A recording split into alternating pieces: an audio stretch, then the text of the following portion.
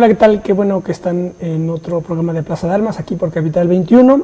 Les recuerdo nuestro correo electrónico, plazadearmasc21@gmail.com, y nuestra página propia, www.plazadearmas.tv. Bueno, el debate de hoy vamos a conectarlo con un debate previo.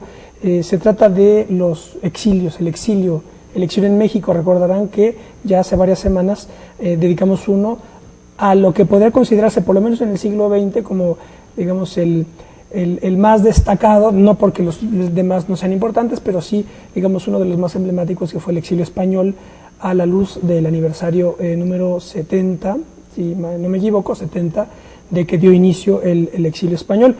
El día de hoy vamos a tratar, repito, sin dejar de desconocer las muchísimas vertientes internacionales que llegan a México como exiliados o como refugiados, ya explicaremos todo eso, pero en todo caso vamos a tratar hoy a lo que podría ser, por cuanto a la segunda mitad del siglo XX, el otro gran proceso migratorio y de exilio político, cargado de dramatismo, de hecho, que es el exilio latinoamericano, el exilio sudamericano, fundamentalmente el del Cono Sur, porque también, hablando ya de exilios, pues se entra en materia, porque hay exilio, por ejemplo, el exilio colombiano es muy singular, pero por lo menos el exilio chileno, argentino y uruguayo tienen particularidades muy determinadas, tanto temporales como políticas e ideológicas. Así que vamos a dedicarnos, pues, a conversar sobre este exilio latinoamericano, sin perjuicio de tratar también otras cuestiones. Ahora verán a qué me refiero.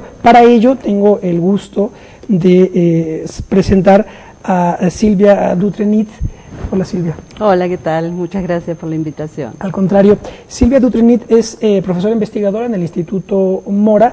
De hecho, les cuento que también recordarán, nosotros ya dedicamos un programa a hablar de ediciones del Bicentenario. Entonces vino la editora de la revista y me dejó este número, y entonces, revisándolo, vi tu artículo, Silvia, sobre exilios en México, un tejido de recuerdos e historias. Y os dije, pues aquí vamos a tomar este tema. Entonces, un poco el detonador fue el artículo de Silvia en esta revista, Bicentenario.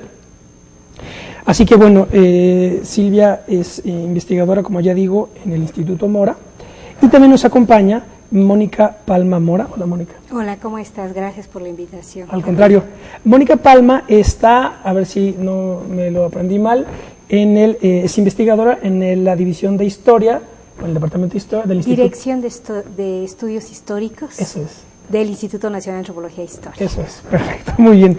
Y Mónica, bueno, Silvia es especialista, evidentemente, en exilios del Cono Sur. Ella es uruguaya, pero nos explicaba ahora que ya su vida ha estado prácticamente en México y Uruguay, ¿verdad? Pero bueno, y Mónica tiene un libro también muy interesante, y aquí es donde abriremos el espectro, no nada más al exilio latinoamericano, que es de Tierras Extrañas, un estudio sobre la inmigración en México 1950-1990, que aquí tratas ya exilios generales en la segunda mitad del siglo XX, ¿verdad? Una visión como de conjunto general sobre esta migración política, aunque no sea quizás muy conveniente llamarla así, sobre el exilio latinoamericano en la segunda mitad del siglo XX. Esta foto, por ejemplo, ¿quiénes son? Porque pues mira, así exactamente no sé decirte, está clasificada como retrato de grupo de extranjeros. Forma parte del archivo fotográfico del Instituto Nacional de Antropología e Historia, de la Fonoteca de Lina. Silvia también. Están en una embajada. En una embajada. Y sí, obviamente es escocés. Claro, Silvia también es autora, entre otros trabajos, de este libro que tengo aquí en las manos, Tras la memoria, el asilo diplomático en tiempos de la Operación Cóndor. Yo te diría algo, que soy autora de eso, pero soy coautora. En este texto trabajo con dos colegas, amigas, muy queridas también, que es Guadalupe Rodríguez de Ita y Ana Buriano, que fue quien editó el libro final, quien hace la introducción al trabajo. Muy bien, bueno, pues comencemos a clasificar Bueno, ¿por qué no empezamos un poco por cuestiones biográficas? Me explicabas que tú misma venías del Partido Comunista, militante de Juventudes Comunista, tuviste que salir. ¿Por qué no nos vamos por nos vamos ubicando por esa ruta? La biografía, la auto... Bueno, sí, yo, digamos, antes de ser investigadora, cuando era muy joven, fui una militante política desde muy temprana edad, no una situación extraña en mi país de origen, Uruguay. Los jóvenes secundarios teníamos, en grupos importantes, numerosos, una militancia gremial, en mi caso gremial y política, y bueno, y por mi propia militancia, mi familia salió toda al exilio, la de mi marido también, pero bueno, cada uno cargaba, como decía mi papá, con sus propias culpas, con muchas comillas. Entonces en el año 76, donde ya parte de mi familia estaba afuera y quien fue mi marido inmediatamente al año siguiente, nos reencontramos, salimos hacia Buenos Aires, una parte de la familia. Y bueno, haciéndolo rápidamente, porque esto me parece que puede llegar a aburrir un poco. No, para nada. ¿No? Bueno, nos fuimos a Buenos Aires, y nos fuimos a Buenos Aires como muchos perseguidos políticos de la región, y de Buenos Aires tuvimos que salir. No todo el mundo salió de Buenos Aires, porque pensar que todos los que llegamos como exiliados a Buenos Aires salimos no es cierto, pero sí, el golpe de Estado que tan anunciado en la Argentina, cargada de una historia de golpes militares durante el siglo XX, hizo que muchos tuviéramos que salir, porque la represión y la persecución que habíamos tenido en nuestros países se multiplicó en los países fronterizos, claro, por aquello de la Operación Cóndor, los servicios de inteligencia, bueno, en este pacto de coordinación represiva, hacía que todas las tierras vecinas fueran tierras de represión. Entonces, bueno, llegó un momento que hubo que salir de la Argentina, y salimos. Y es muy interesante esto de la Argentina, porque lo que te muestra es que aunque generalmente decimos esta seguidilla o esta cosa más bien sincrónica de los golpes de Estado en la región, con características similares, bajo la doctrina de seguridad nacional, inspirados en ella, haya sucedido al mismo tiempo. Y no, tenemos una dictadura, un golpe de Estado que constituyó la dictadura madre de este tipo de dictaduras del año 64, y luego vendrán los golpes de Estado en Uruguay en el 73, en Chile en el propio 73, primero junio, luego septiembre, y luego vendrá el golpe de Estado en el 76 en Argentina, que previamente había tenido otro en el año 66. Y está Velasco Alvarado en Perú también, ¿no? Y estaba Velasco Alvarado, pero eso era, para entonces, en algunos sectores de izquierda, una dictadura distinta, claro, un militarismo distinto, sí, claro, nacionalista. Sí. Pero bueno, yo dejo por acá y podemos seguir hablando después, para no tomar yo sola el micrófono. Nada más quería preguntarte, ¿cómo se orquestó ahí el traslado a México? ¿Quién era el canciller en ese momento? ¿Cuándo fue? ¿76? Esto fue el 76, y en este momento se me apura, me quedo sin el nombre. Era, qué horrible, Emilio. Bueno, ya el embajador. No, embajador de México en Uruguay. Ajá. No. Me está planteando Argentina. Rabasa. Emilio Rabasa. Emilio Rabasa era, si mal no recuerdo, en México. El secretario de Relaciones Exteriores. Sí, me parece. Pero, ¿cómo se llega a México? Yo no llegué por la embajada. Y ahí podríamos incursionar el tema de lo que es el asilo diplomático y lo que son las distintas prácticas de un derecho de asilo ejercido además por el gobierno mexicano. El gobierno mexicano tuvo, a través de sus diplomáticos in situ en los países, distintas políticas. En Argentina fue muy restrictivo. Entonces, en Argentina solo se asiló a ciudadanos argentinos, pese que en Argentina había una persecución brutal, como hoy lo demuestra la historia, los datos, hasta los documentos desclasificados del gobierno de Estados Unidos, una persecución a todos los latinoamericanos que allí estábamos. Por lo tanto, la vía por la embajada mexicana no fue una vía para los latinoamericanos que estábamos en Argentina. Para los latinoamericanos que estábamos en Argentina, digamos, la vía que tenía mayor protección era la oficina del Alto Comisionado para los Refugiados de Naciones Unidas.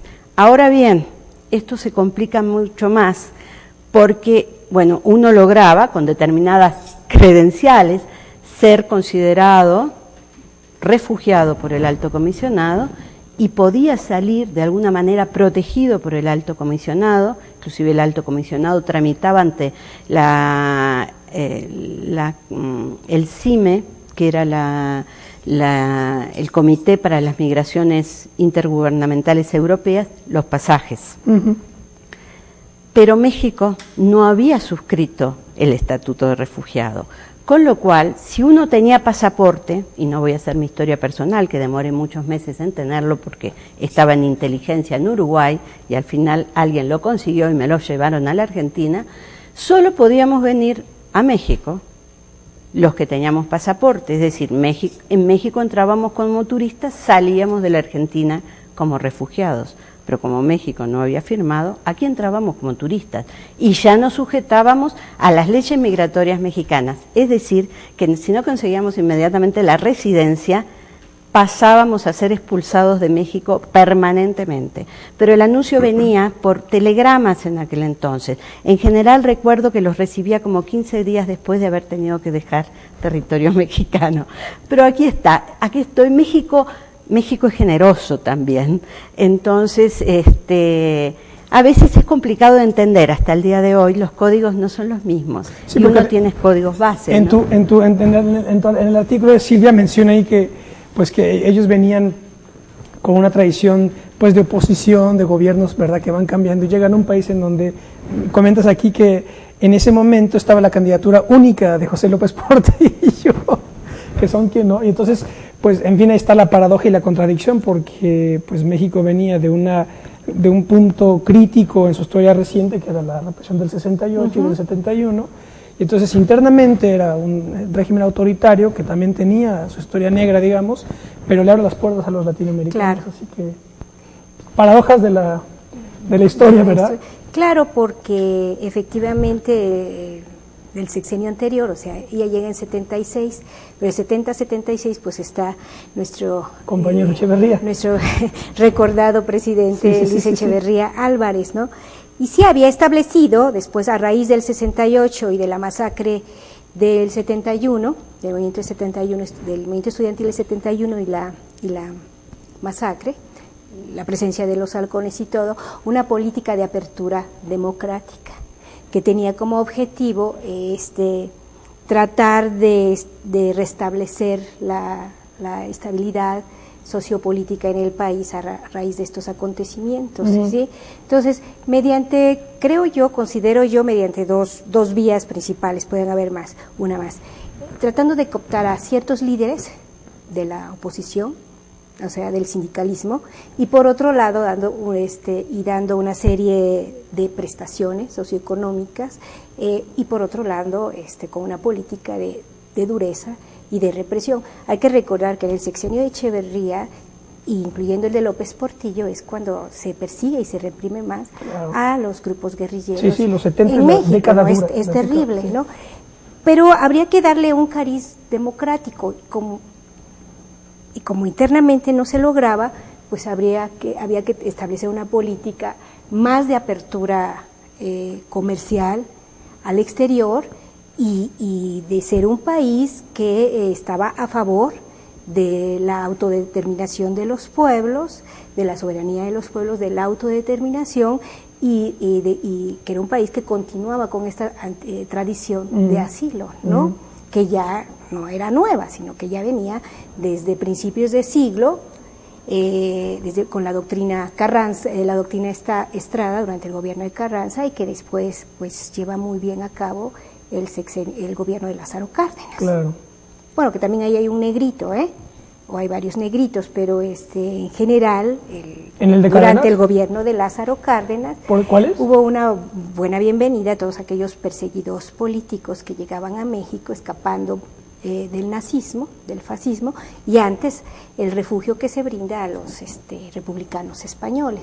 El negrito en el arroz es que esa política de apertura, de bienvenida, de acogida, esa buena recepción que tuvo el gobierno de Cárdenas para los republicanos españoles y para otros grupos de perseguidos, Trotsky, alemanes, austriacos, checos, polacos, italianos, ¿sí?, que fundamentalmente eran intelectuales, académicos, artistas o militantes. No fue para el caso, hay que decirlo, de los refugiados judíos, entre otras que venían de Austria, entre otros motivos, porque ellos estaban clasificados como apátridas, es decir, no tenían nacionalidad, habían sido arrancados de sus pasaportes, de su nacionalidad, y ese no fue el principal motivo, sino que esa era la característica con la que llegaba este grupo de refugiados judíos. Muy pocos se pudieron quedar en México a pesar de las negociaciones que hizo ya las organizaciones de paisanos de judíos en México frente al gobierno de Lázaro Cárdenas, pero no tuvo la misma acogida, el mismo recibimiento. O sea, es un negrito en el arroz, como también durante el exilio latinoamericano de los 70 hubieron sus excepciones, ¿no? ¿Cómo cuál? Porque no era el mismo el trato que se dio, hasta donde tengo entendido, al exilio con los sureños, y mira que Silvia nos está diciendo también que tuvo sus matices, que tiene sus distintas tonalidades, por ejemplo, con los perseguidos que solicitaban asilo en la Embajada Mexicana en Colombia, en particular, ¿no? Yo recuerdo un caso que revisé en un expediente en el Archivo Histórico de la Secretaría de Relaciones Exteriores, en que los primeros colombianos que solicitan asilo a la Embajada Mexicana son una pareja de guerrilleros, pero que no... Esto es en... 70, 71, 71, el gobierno de Luis Echeverría, precisamente. Bueno, acababa de iniciar, ¿sí? Entonces ellos solicitan asilo en la embajada, no tanto porque sobre ellos hubiera una, que sería otro tema a discutir, una orden de aprehensión, de persecución, sino que eran perseguidos por sus propios compañeros por haber sido delatores. Eran miembros en Colombia, recuérdame el frente. ¿La FARC? El FARC. Ajá, las FARC. Las FARC. Entonces el embajador, bueno, le concede asilo, pero inmediatamente que concede asilo a esta pareja, cierran la embajada, temiendo que nuevos casos de petición de asilo se fueran a presentar, ¿no? Y con la orden de detener a todo colombiano que se apersonara en las puertas de la embajada a solicitar asilo. Entonces influye mucho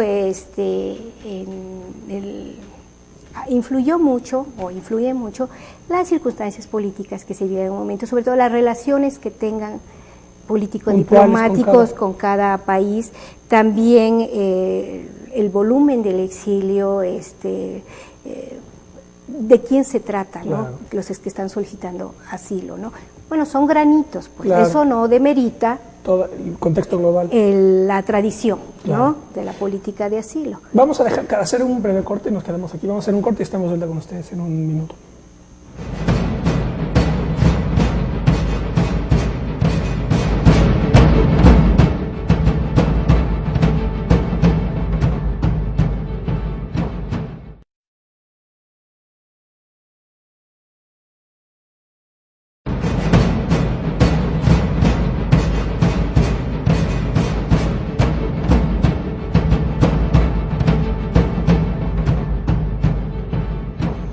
Bueno, ya estamos de vuelta, estamos conversando sobre exilios de la segunda mitad del siglo XX en México, dentro de cuyo contexto pues destaca el exilio sudamericano de los 70, y también después viene pues el exilio centroamericano, que ya viene décadas de los 80 más o menos, ¿verdad? Sí, principios desde finales de los 70, pero sobre todo tiene lugar en 1981, que son las primeras refugiados centroamericanos, particularmente guatemaltecos, en la frontera sur, 1986, 87, más o menos, cuando se inicia el retorno. ¿Cuál sería la diferencia entre digamos, ese bloque, ese primer corriente sudamericana con esta centroamericana? Bueno, porque este exilio conosureño, sí, aunque va a ser con números fuertes, quizás después nos explique bien esta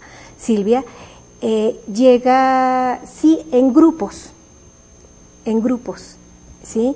Y son fundamentalmente funcionarios, en el caso de Chile, de los gobiernos derrotados, ¿sí? Miembros destacados de distintas organizaciones sindicales y de partidos políticos, familiares, académicos, intelectuales, artistas. Me parece que en el caso de Uruguay también, o sea, sean universitarios, son sindicalistas, son algunos miembros del partido, bueno, miembros de las organizaciones de izquierda, familiares, artistas, profesionistas, ¿sí? En el argentino, muchos jóvenes también, ahí no tengo muy claro cuál sea la composición del exilio, periodistas también, y efectivamente están llegando por grupos, pero otros no llegan en grupo durante los meses o los días de la represión directa, sino que van llegando más pausadamente, o como dicen algunos testimonios, por goteo, ¿no? Por goteo. En cambio, el refugio centroamericano es masivo y es intempestivo. O sea, de un día a otro están en la frontera sur mexicana, en el estado de Chiapas, cerca de 100.000 refugiados guatemaltecos, que no es el caso del exilio en su conjunto del Cono Sur, que efectivamente llevan por grupos, importantes grupos, pero no de esta manera masiva, ni tan intempestivamente como sucede con el refugio centroamericano. Ahora, ahí me parece otra característica que es central. Digamos, el exilio latinoamericano, podríamos decir que una de sus características del Cono Sur es que es un exilio, desde la perspectiva educacional, más calificado. En cambio, el refugio centroamericano, guatemalteco, es una población campesina, fundamentalmente indígena, ¿no? Y por tanto, una posición en ese sentido más vulnerable. Eso, digo, en ese sentido.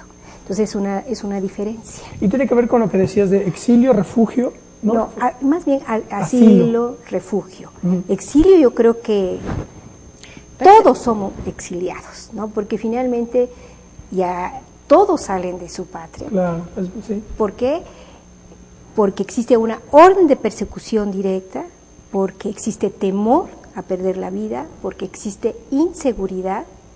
Y ese es el caso también tanto de los exiliados del Cono Sur como de los propios indígenas y campesinos guatemaltecos, que tienen que huir porque su vida corre peligro. Sean militantes o no, ¿sí? Claro. Sean simpatizantes o no, sean universitarios o no. Yo creo que puede agregar. Los desplazamientos por situaciones de guerra, pero también por situación de persecución directa contra algunas comunidades. No, también, claro. Que en lo guatemalteco está más que claro. Y es ahí en los 80, cuando la situación se vuelve tan compleja, por supuesto que la historia guatemalteca es una historia que muestra todo esto, es cuando México suscribe el estatuto, porque para México también, para la política de Estado mexicano, era mucho más controlable mantener y defender de alguna manera el acuerdo interamericano de asilo, en donde uno a uno se iba sabiendo a quién se le otorgaba o no asilo. Entonces había un control de quienes entraban, porque hay dos tipos de asilo. Hay un asilo diplomático que es el que se otorga en las embajadas, en los lugares de la represión en concreto.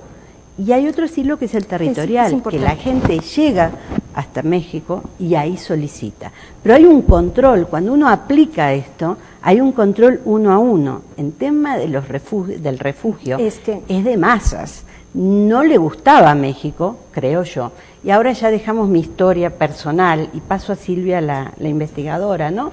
que es donde me siento más cómoda, por lo menos en público, es lo que más le preocupaba a México, es esa entrada indiscriminada, no saber a quién se le estaba dando. Claro. Pero en los 80 la situación centroamericana lo impone.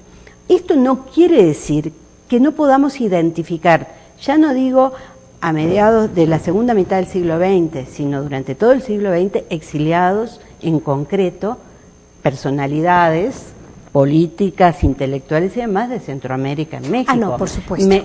México, si algo se ha destacado, es por brindar este asilo desde que la República es independiente, claro, que el Estado es independiente, a principios del XIX de manera muy controlada, pero después fue de los estados que siempre ha suscrito los acuerdos de asilo y sobre todo en el siglo XX, pero siempre en esta cosa mucho más personal, identificada.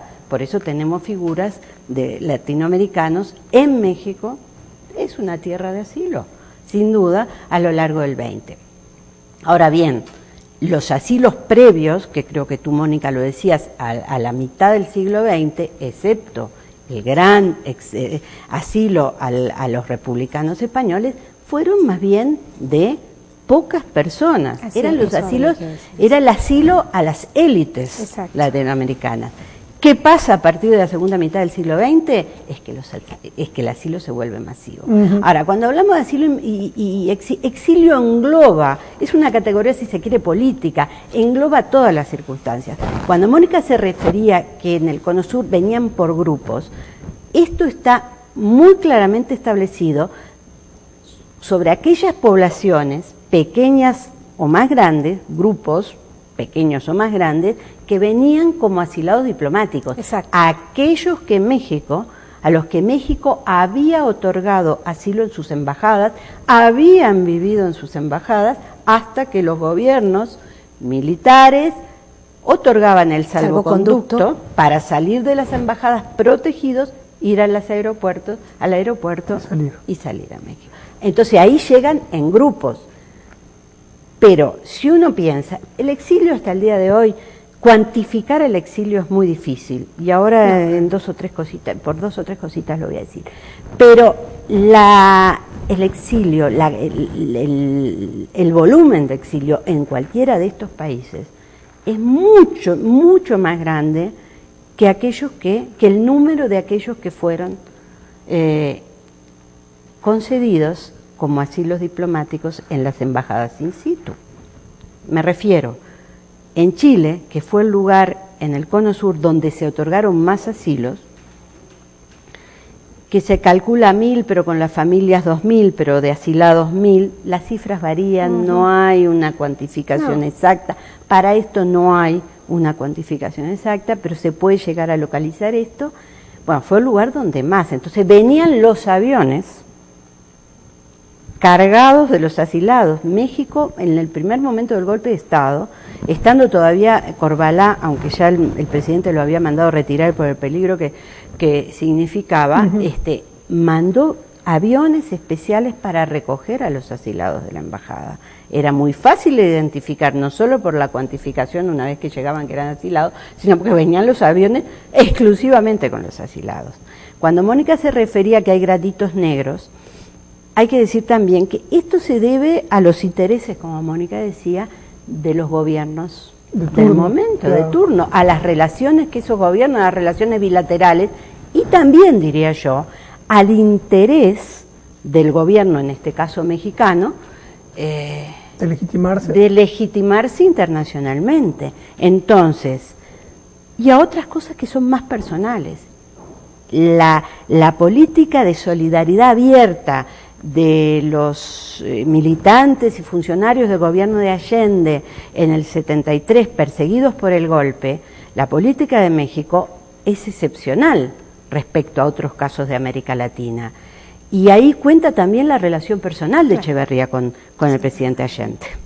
Entonces, primero, la valentía del embajador que salió a buscar a los perseguidos y corrió y puso en peligro su vida en esas circunstancias para tratar de traer a la embajada, no solo los que llegaban, sino de tratar de traer a la embajada a los a los perseguidos. Es el caso de la propia esposa de viuda de Allende, el caso de Isabel la hija, de la otra hija, de los nietos, etcétera, y de otra gente más. El caso que no llegó de el intento de traer a Pablo Neruda en los últimos momentos de su vida. Pero entonces está esa actitud del gobierno que busca dar protección a la mayor cantidad de gente. Está también el enviar aviones especiales para traerlo. Eso no se dio en los otros casos. No. En los otros casos venían en aviones de línea. Sí. Vamos a entendernos. Y también hay que recordar que México rompió relaciones con la dictadura de Pinochet. Y no lo hizo con nada. ¿Cuál es el símil? Es con el franquismo. ¿Sí? Con la España de Franco, no hay otro. Es decir, hay actitudes. En el caso argentino, la embajada no solo en Chile se asiló a gente que no fuera chilena también. Es decir, se hizo flexible un instrumento de asilo que viene de la Convención del 54, que no es claro tampoco, en donde dice que uno está perseguido en su propio lugar, pero... Sí. No es claro el instrumento, pero en todo caso se amplió porque se consideró, y ahí sí importa el embajador en el lugar de los hechos, que la represión requería, ¿sí?, dar protección a esa gente, fuera chilena o no. Captó la necesidad del momento. Por eso los instrumentos deben, y con esto hago un gran paréntesis, irse adecuando a la propia dialéctica. Exacto. En Argentina, lugar que yo diría fue la trampa para los miles de perseguidos políticos de la región que estaban en Argentina, fue la gran trampa, porque cuando empezó a operar Cóndor y la gente empezó a advertir que había una persecución que iba más allá de los servicios de inteligencia argentinos, porque eso se empezó a percibir, se sabía que estaban los militares, los policías, los aparatos de seguridad de otros países ahí. Las embajadas no reaccionaron favorablemente. En particular, la embajada mexicana solo asiló a argentinos y entre el 74, previo al golpe, el golpe se da en el 76, y el 76 mismo, momento del golpe, la embajada... se puede lograr seguir una suma, un conteo de asilados que no va más allá de 60 entre el 74, previo al golpe, y el 76, ¿sí?, de los cuales 28 pertenecen a una familia. Quiere decir que, dadas aquellas condiciones, el asilo diplomático que otorgó México fue muy reducido. Selectivo. Muy selectivo. Y entonces nosotros podemos pensar, ¿exiliados argentinos eran tan pocos en México? Por supuesto que no. Entonces, ¿cómo cuantificar? Entonces ahí sí, la llegada a México fue de goteo, fue por familias, por parejas individuales. ¿Y cómo cuantificar eso? ¿Cómo identificar a esa cantidad? El exilio va más allá de los que vienen de las embajadas. Y ya para terminar y mostrar también las distintas diferencias, en Uruguay la embajada dio asilo a casi 400 personas. Quiere decir que luego de Chile podríamos decir que el caso uruguayo es el caso de mayor amplitud. Sin embargo... ¿Quién era el embajador allí en Uruguay? Vicente Muñiz Arroyo, un embajador... ¿Vive todavía? No, murió en Uruguay también. Él fue retirado, López Portillo lo retira, y a partir de ese momento, mayo de 1977, se cierra. En la jerga, digamos, de la política militante uruguaya, se cierra la embajada. Es decir, se empiezan a dar apenas unos cuantos asilos, unos pocos, y yo diría, se termina esto en el año 79, la dictadura concluye en el 85, y esos asilados, paulatinamente, pocos, se les empieza a exigir que sí se les da el asilo, pero se les exige que no residan en México y que se consiga un tercer país en donde residen. Quiere decir que muchos de ellos pisan territorio mexicano y salen inmediatamente al exterior, en general a Europa. Entonces ahí vemos las diferencias y eso tiene que ver, ¿por qué quitan a Vicente Muñiz Arroyo en el comienzo del gobierno de López Portillo? Bueno, habría que, si uno piensa en la reacción contraria que tiene la embajada respecto al asilo, es un hilo una punta de investigación a hacer, ¿no? Pero bueno, se va mostrando cómo no todo es parejo y no todo es igual. No. Y por otro lado, hablar de exilio es hablar mucho más allá de que hablar de asilo. O de refugio, efectivamente, claro. Que asilo, refugio, son más bien conceptos más de índole jurídico, legal, claro, que político, que emocional, que eso es otra, exilio es otra connotación. Pero yo sí quería precisar que efectivamente tiene razón Silvia, ha habido granitos en el arroz, o sea, no ha sido una política siempre igual en esta larga tradición de asilo mexicano, y sí que efectivamente en la primera mitad del siglo XX eran grupos muy reducidos de centroamericanos y caribeños los que llegaban a México como asilados, o sea, porque habían solicitado el asilo en una embajada, era el asilo diplomático. Y después fue más de carácter europeo el asilo, o sea, en los años 40 es fundamentalmente a europeos, por la guerra, por el franquismo, por el nazismo, ¿sí? Pero a partir de la derrota del gobierno de Juan Jacobo Arbenz en Guatemala en 1954, el exilio en México va a ser fundamentalmente latinoamericano, se va a involucrar a todos los países latinoamericanos, Centroamérica, Caribe, Sudamérica, ¿sí? Va a ser más recurrente, o sea, cada tiempo van a llegar grupos de exiliados, va a abarcar a numerosas nacionalidades, o sea, dominicanos, nicaragüenses, peruanos, bolivianos, brasileños, antes que chilenos, uruguayos, ¿sí? Argentinos, ¿sí? Y los números van a ser más amplios, aunque no tenemos de veras datos precisos y confiables sobre el número de exiliados. Bueno, también ¿qué importa tanto eso, no? Lo que importa es lo que vivieron todas estas personas que salieron al exilio, este proceso más bien.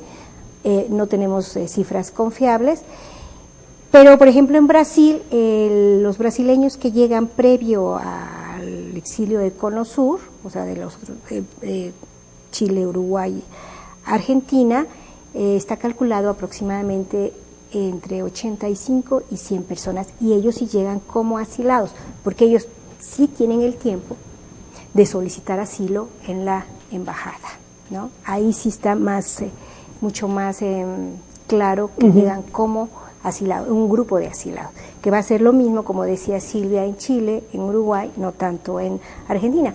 Pero después van a llegar no solamente los que lograron asilarse, lograron llegar a la embajada, solicitar asilo, que la embajada abría las puertas, sino después van a llegar todos aquellos, y de ahí Silvia también nos puede hablar un poco más, que viven en la inseguridad y que temen su vida, ¿no? Por eso salen al exilio. Pero sí es una diferencia con el refugio centroamericano, que ahí no vas a solicitar asilo en la embajada, no tienes manera además de comprobar nada, igual que le pasó a otros asilados, ¿sí? Y llegan en un gran volumen, sí es una diferencia, ¿no? Y los desplazamientos, perdón. Silvia, déjanos hacer un corte. Claro que sí. Vamos a hacer un corte y estamos de vuelta con ustedes.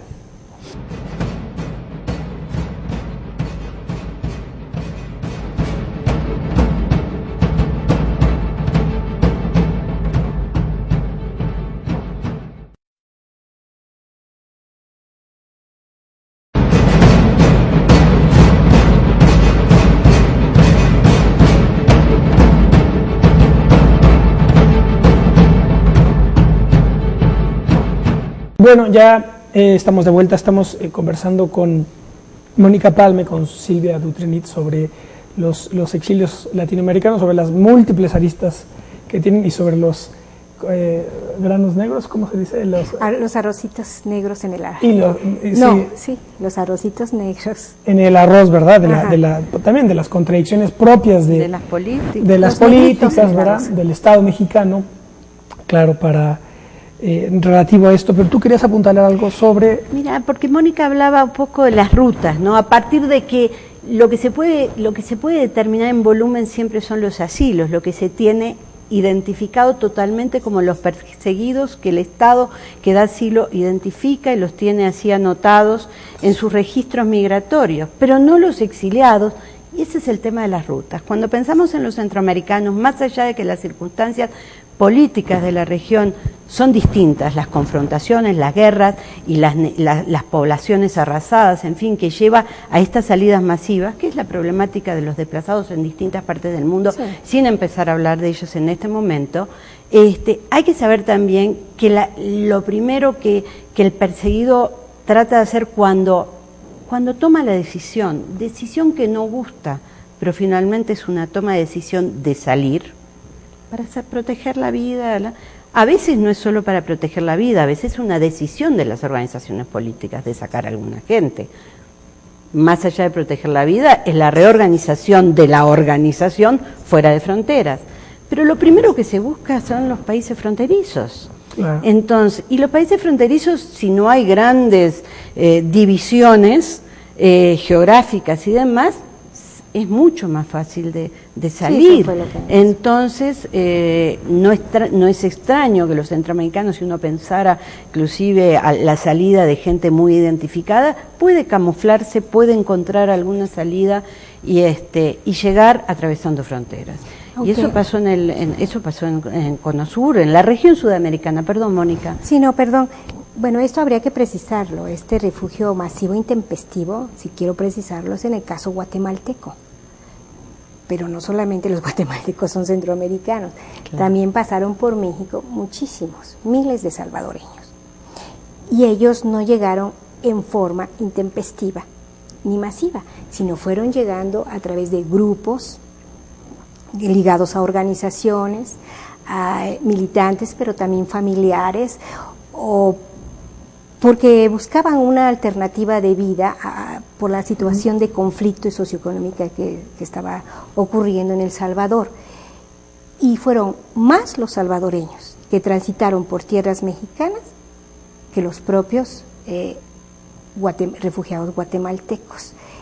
Se calcula que entre 1985 y 86, perdón, no me acuerdo exactamente el año, pero salieron a la emigración, atravesaron el territorio mexicano más de 500,000 centroamericanos, la mayor parte salvadoreños. Y también quiero decirlo que la recepción, después de las imprecisiones y de las ambigüedades que hubo del gobierno mexicano respecto a los guatemaltecos, finalmente fueron reconocidos cerca o a más de 42,000 como refugiados. Y se les brindó apoyo, claro, con ayuda del ACNUR y de la Comar, que ya había, debido a este refugio, ya había, se había inaugurado, bueno, se había fundado. No fue el mismo caso que se le da a los salvadoreños, ¿sí? Hay muy pocos fueron reconocidos como refugiados, la mayoría vivió en la clandestinidad o sin documentos, siempre con la amenaza de ser deportados, y tratando de mimetizarse con la sociedad, con la población mexicana. Compartimos muchos rasgos culturales y físicos con esta población, y tratando de irse a Estados Unidos, en donde sí había la característica ya de refugio, ¿no? Y muchos sí fueron considerados como refugiados. Entonces, no es lo mismo. Igual a los guatemaltecos se reconoció como a más de 42,000, pero hubo casi un número igual que no fue reconocido como refugiado. Por lo tanto, no tuvo el mismo beneficio de la organización del gobierno mexicano que se les dio a estos refugiados, que en 83 son trasladados a varios campamentos en Campeche y en Quintana Roo. Sí quisiera también hacer esa precisión.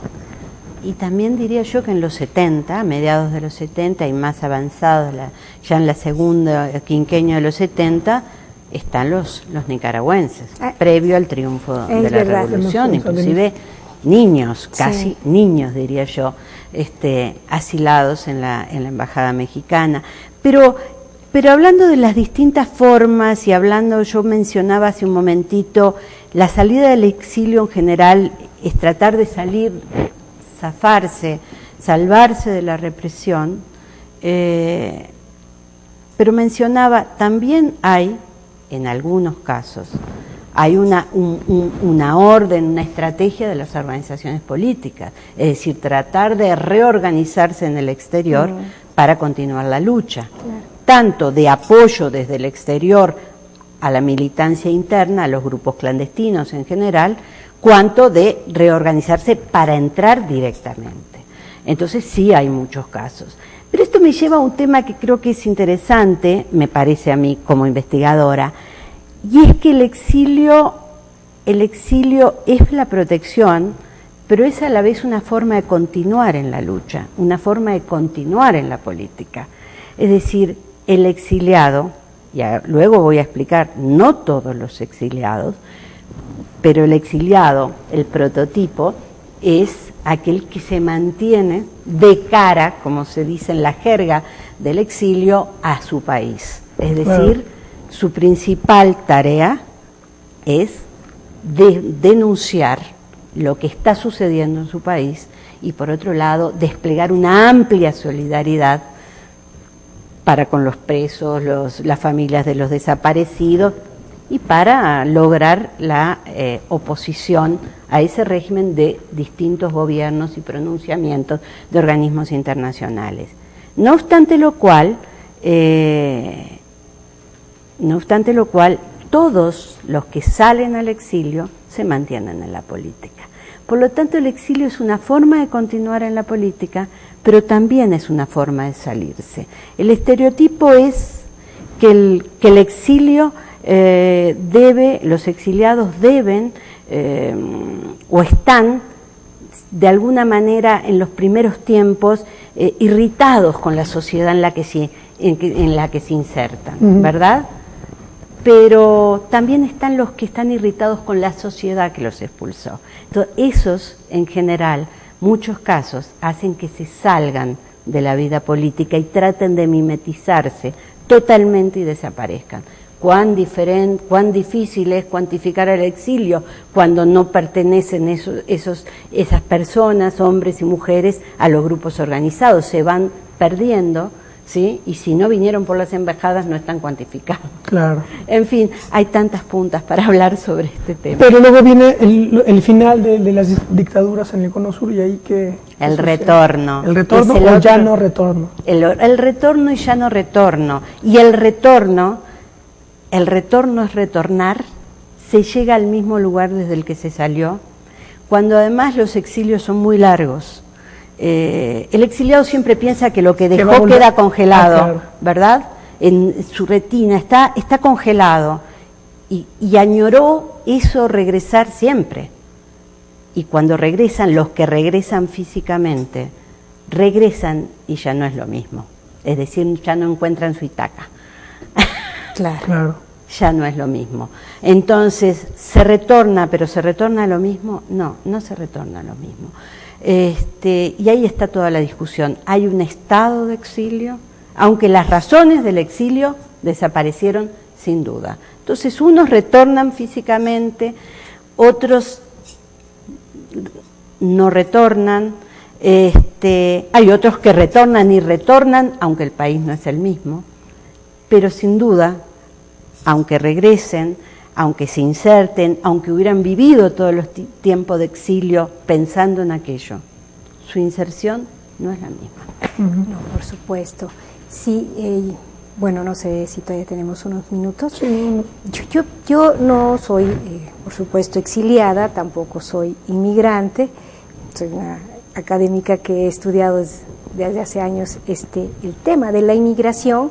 Qué difícil es emigrar, sea por voluntad propia, claro, sea por trabajo, o por producción, pero es difícil porque es salir de tu espacio habitual. Decimos un país, pero decimos un barrio, una casa, en fin, ¿no? Una ciudad. Qué difícil es cuando tienes que salir además a fuerza, rápido, con lo poco que tienes, por la inseguridad, por el temor, por la persecución, porque ya no hay forma, ¿sí?, de vivir en este país, en tu espacio, en tu barrio. Todas las dificultades que tienes que atravesar durante el traslado. Luego llegas al nuevo país y dices, bueno, por lo menos estoy a salvo de esto, de la amenaza, de la persecución, de la cárcel, ¿no?, del campo de concentración, no sé, de la muerte.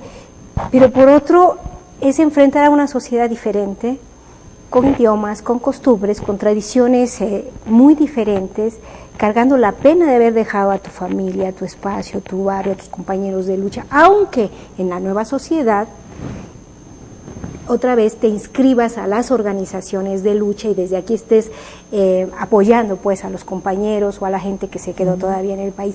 Pero qué difícil este enfrentamiento, ¿no? Y después de que pasan los años y medio te adaptaste, medio te acostumbraste, nuevamente el regreso. El regreso. Sí, ¿no? Entonces por eso dice un exiliado uruguayo, que es conocido de Silvia, el exiliado nunca es ni de allá ni de acá, es tanto de allá como de acá. Eso también puede ser para cualquier inmigrante, pero aún más para una persona que se vio forzado a salir de su país. Esa es la característica fundamental, me parece, entre otras, pero es una característica fundamental de un exiliado, forzado a salir. Bueno, pues se nos fue el tiempo, podremos seguir aquí charlando. Muchísimas gracias, Silvia, y a Mónica. Gracias a ti por haber estado. La invitación. Bueno, pues esto fue esta parte del exilio, porque todavía faltan los que todavía no pueden volver, como por ejemplo, pues yo que sé, exilio cubano, exilio colombiano, y otro tipo de exilios. Por ejemplo, no sé si la revolución bolivariana en Venezuela genera otros tipos de exilios que vienen acá. Son temas que también tendríamos que analizar en su momento, pero por lo pronto les agradezco muchísimo. Muy bien. Pues muchísimas gracias a ti. Ok, bueno, pues nos vemos la próxima. Esto fue Casa.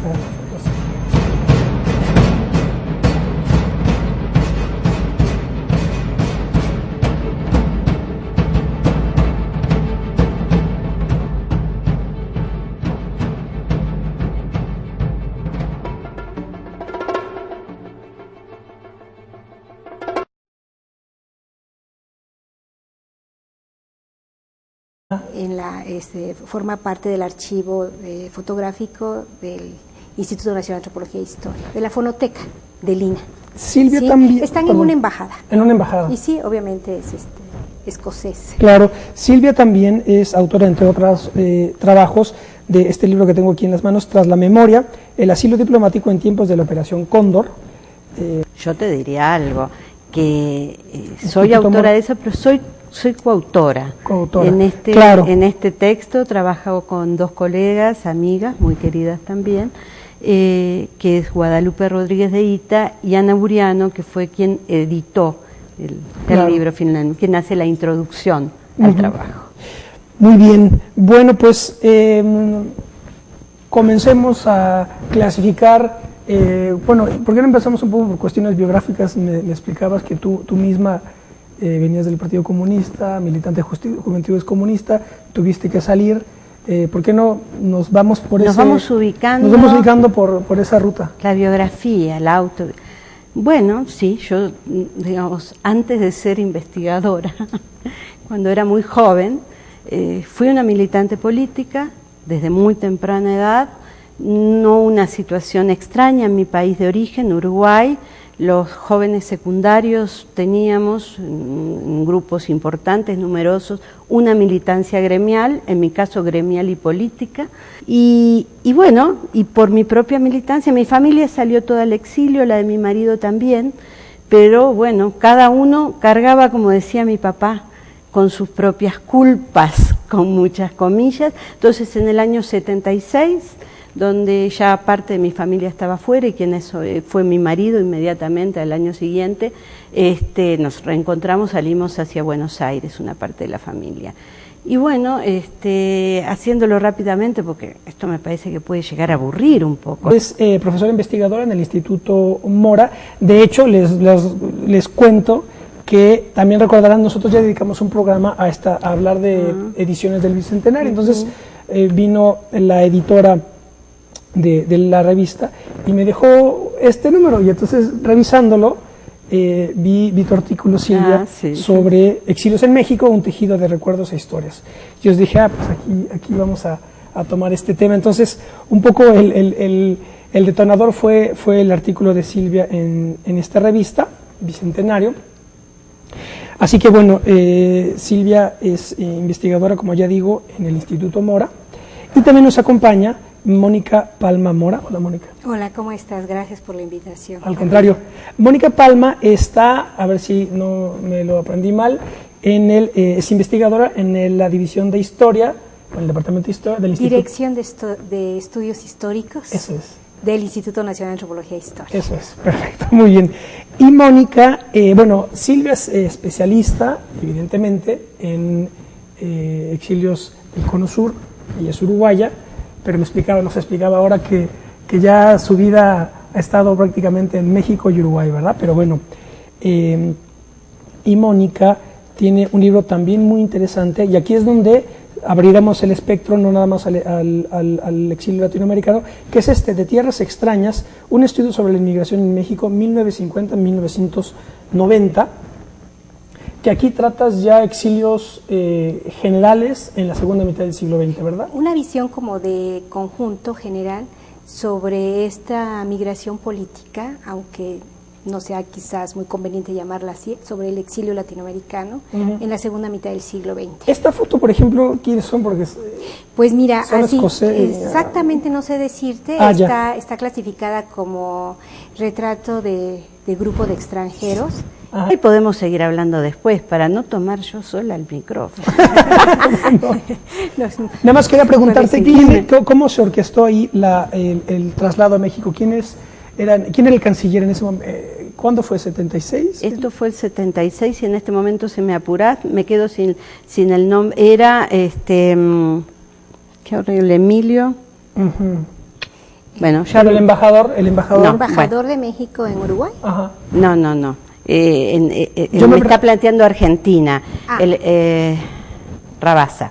Emilio Rabasa era, si mal no recuerdo, en México. El secretario de Relaciones Exteriores. Sí, me parece. Pero, ¿cómo se llega a México? Yo no llegué por la embajada. Y ahí podríamos incursionar el tema de lo que es el asilo diplomático y lo que son las distintas prácticas de un derecho de asilo ejercido además por el gobierno mexicano. El gobierno mexicano tuvo, a través de sus diplomáticos in situ en los países, distintas políticas. En Argentina fue muy restrictivo. Entonces, en Argentina solo se asiló a ciudadanos argentinos, pese que en Argentina había una persecución brutal, como hoy lo demuestra la historia, los datos, hasta los documentos desclasificados del gobierno de Estados Unidos, una persecución a todos los latinoamericanos que allí estábamos. Por lo tanto, la vía por la embajada mexicana no fue una vía para los latinoamericanos que estábamos en Argentina. Para los latinoamericanos que estábamos en Argentina, digamos, la vía que tenía mayor protección era la oficina del Alto Comisionado para los Refugiados de Naciones Unidas. Ahora bien, esto se complica muy. No, para nada. Bueno, nos fuimos a Buenos Aires, y nos fuimos a Buenos Aires como muchos perseguidos políticos de la región, y de Buenos Aires tuvimos que salir. No todo el mundo salió de Buenos Aires, porque pensar que todos los que llegamos como exiliados a Buenos Aires salimos no es cierto, pero sí, el golpe de Estado que tan anunciado en la Argentina, cargada de una historia de golpes militares durante el siglo XX, hizo que muchos tuviéramos que salir, porque la represión y la persecución que habíamos tenido en nuestros países se multiplicó en los países fronterizos, claro, por aquello de la Operación Cóndor, los servicios de inteligencia, bueno, en este pacto de coordinación represiva, hacía que todas las tierras vecinas fueran tierras de represión.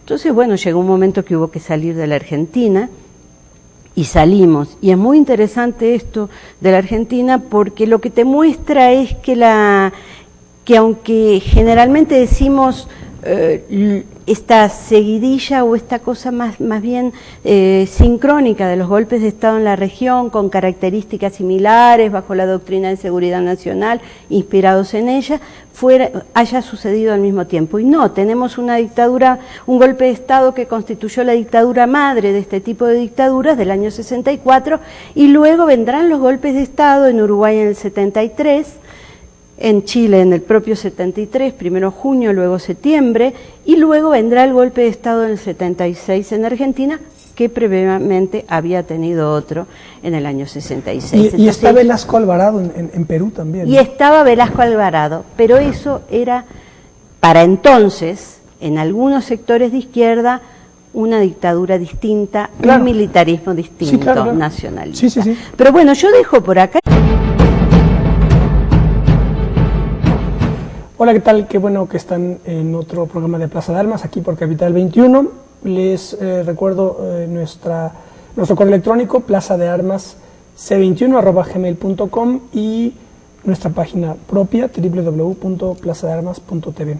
Bueno, el debate de hoy vamos a conectarlo con un debate previo. Se trata de los exilios, el exilio en México. Recordarán que ya hace varias semanas dedicamos uno a lo que podría considerarse, por lo menos en el siglo XX, como, digamos, el más destacado, no porque los demás no sean importantes, pero sí, digamos, uno de los más emblemáticos, que fue el exilio español, a la luz del aniversario número 70, si no me equivoco, 70, de que dio inicio el exilio español. El día de hoy vamos a tratar, repito, sin dejar de desconocer las muchísimas vertientes internacionales que llegan a México como exiliados o como refugiados, ya explicaremos todo eso, pero en todo caso vamos a tratar hoy a lo que podría ser, por cuanto a la segunda mitad del siglo XX, el otro gran proceso migratorio y de exilio político, cargado de dramatismo de hecho, que es el exilio latinoamericano, el exilio sudamericano, fundamentalmente el del Cono Sur, porque también, hablando ya de exilios, pues se entra en materia, porque hay exilio, por ejemplo, el exilio colombiano es muy singular, pero por lo menos el exilio chileno, argentino y uruguayo tienen particularidades muy determinadas, tanto temporales como políticas e ideológicas. Así que vamos a dedicarnos pues a conversar sobre este exilio latinoamericano, sin perjuicio de tratar también otras cuestiones. Ahora verán a qué me refiero. Para ello tengo el gusto de presentar a Silvia Dutrenit. Hola, Silvia. Hola, ¿qué tal? Muchas gracias por la invitación. Al contrario, Silvia Dutrenit